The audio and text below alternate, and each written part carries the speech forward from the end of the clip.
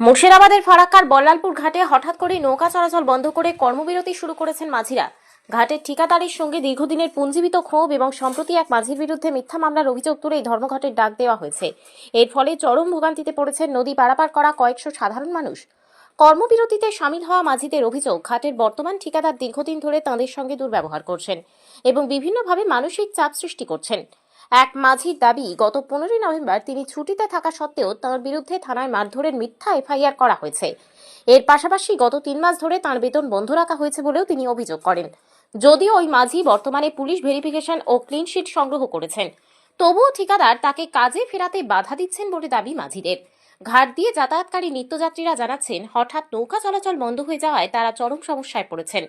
গন্তব্যে পৌঁছাতে দীর্ঘ পথ ঘুরে অন্য ঘাট ব্যবহার করতে হচ্ছে। এক যাত্রী জানান, সময় মতো ঘাটে এসে দেখি নৌকা বন্ধ, এখন অন্য ঘাটে যাওয়া ছাড়া উপায় নেই। মাঝিদের স্পষ্ট বার্তা, যতক্ষণ না পর্যন্ত মিথ্যা মামলার শিকার হওয়া মাঝিকে কাজে পুনর্বহাল করা হচ্ছে এবং ঠিকাদারের দুর্ব্যবহার বন্ধ হচ্ছে, ততক্ষণ এই কর্মবিরতি চলবে। তারা প্রশাসনের কাছে এই ঘটনার সুষ্ঠু বিচার দাবি করেছেন। এই বিষয়ে ঠিকাদারের কোনো প্রতিক্রিয়া এখনো পাওয়া যায়নি। ঘাট সংলগ্ন এলাকায় চাপা উত্তেজনা বিরাজ করছে। আমাদের ঘাট আজকে স্ট্রাইক হচ্ছে, আমাদের কন্ট্রাক্টরের সাথে আমাদের অনেক ঝামেলা চলছে।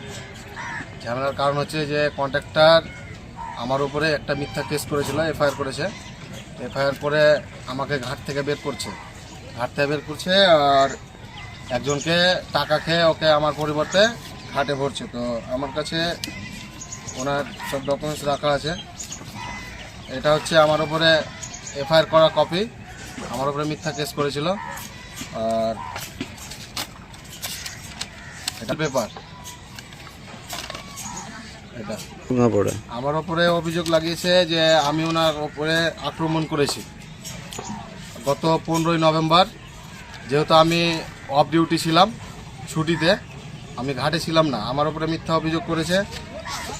এটা আমার পুলিশ ভেরিফিকেশন সার্টিফিকেট, আর এটা আমার ক্লিন শিট, এটা হচ্ছে আমার ক্লিন শিট সিএস।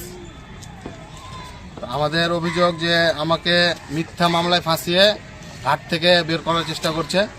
আমরা ব্যারিজেও গেছি, অফিসারদের বলেছি যে এরকম আমাদের ঘাটে কন্ট্রাক্টর আমাদের সাথে দুর্ব্যবহার করছে, আমাদের বিচার চাই। এখন আমাদের আবদার যে আজকে আমরা স্ট্রাইক করেছি এই কারণে যে আমাদের যে সমস্যাটা আছে সেই সমস্যাটা যেন সমাধান করা হোক। আমাদের ঘাটে ফ্যাসিলিটিও সেরকম খুব একটা ভালো দিচ্ছে না কন্ট্রাক্টর, আর কন্ট্রাক্টরের সবসময় হুমকি দিয়ে কথা, প্রত্যেকটা মাঝিকেই গালিগালা, অনেককে অনেক রকম করে গালিগালা করে। তো আমরা